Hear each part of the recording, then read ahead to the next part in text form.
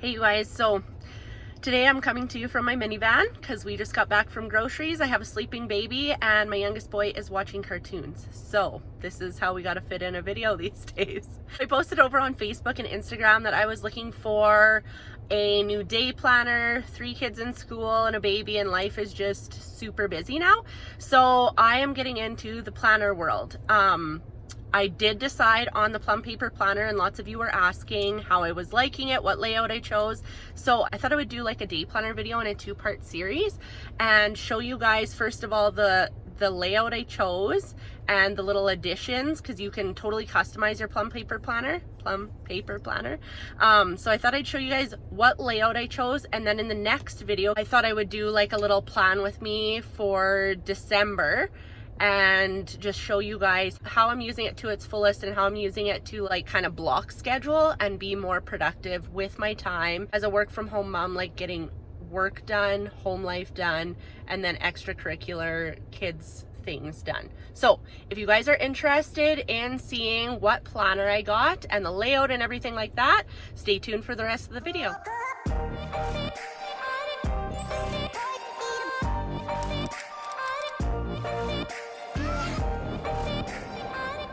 Okay, so here is my day planner. Like I said, you guys, you can totally customize it.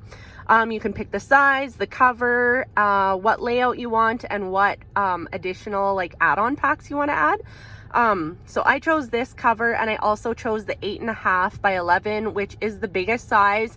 It is very big. It's kind of difficult to like take places, but I really like the amount of space that there is inside. So they have a little protective cover, and then the cover page is really durable and thick itself. So I'll just show you the inside on a month that I haven't planned, and then do subscribe so that you guys get notified when I upload the plan with me video and show you guys how I'm actually using this day planner to the fullest, because I'm completely loving it. Okay, so if we flip open to March, it's completely empty. I haven't planned March yet. So on every month you get this kind of cover photo or like divider, and on the one side you have 3 goals, birthdays, events, things to remember, and then 2 blank spaces, and then you get a blank planning sheet. And then here's your month at a glance.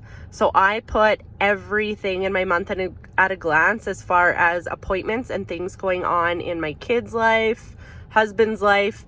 Everything goes on this month at a glance page right off the bat.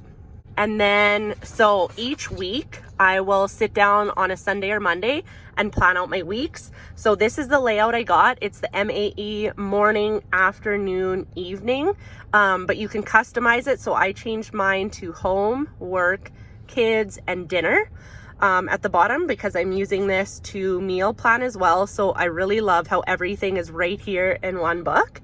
And then on each page, because I'm going grocery shopping once a week, that's it, meal planning for the week, then I go get the groceries. So I have my list here that I go get. It usually extends down into my notes. So I'm really, really loving this layout. I'm so very much a vertical planner. I learned that. I can't do horizontal, but they do have horizontal ones as well if you are a horizontal planning person.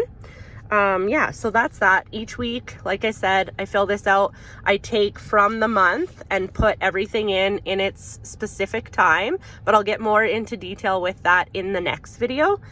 And then I just add my kind of to-do lists on these pages. And then after all the weekly pages, I added just a couple more blank pages, because I didn't know like what I thought I might need something for, like orders, work, stuff like that. So I just added blank ones, but you can get specific work pages, social media pages, things like that. And then I added the budgeting, because I knew that was something that I wanted to keep track of more closely. So I got the dispersed monthly budget sheets, but you can also get the budget like just at the end kind of thing, like within a tab, and have your whole budget under one section. But I got them dispersed and I really like it that way. So you can put your fixed expenses, and then on the other page is your variable expenses, and I just divide this. I use one for personal, one for business, and then for business I got a mileage tracker just to see how I would like tracking my miles this way. So far I'm liking it, and that is all I got for additional pages. So these are on every month. And then what else? Basically that's it. You can customize this day planner month-wise, so you can choose whatever month you want it to start at, which was a huge deciding factor for me because I could get it starting right in November when I ordered it, and then I got it to go all the way to December. In case I didn't love it, then I could choose a new day planner starting in January, when most people start their new day planner months. So yeah, I really like that. I am really loving it so far. Like I said, this is a huge size. The 8.5 by 11 is really big, but I do love how much room I have to write in it. So yeah, that is a look at my Plum paper. It's such a tongue twister. Plum paper planner, and the layout that I got. Again, I'm so loving it. So if you guys want to see how I exactly like plan everything out, do subscribe so that you get notified when I upload the second part of this series, and I'll do like a whole plan with me and how we can like plan it all out. You can see how I fill it out, how I'm like really prioritizing my time and using it in sort of like a block schedule kind of way. And yeah, it's really cool. So do subscribe, and I will see you guys in the next one. Bye.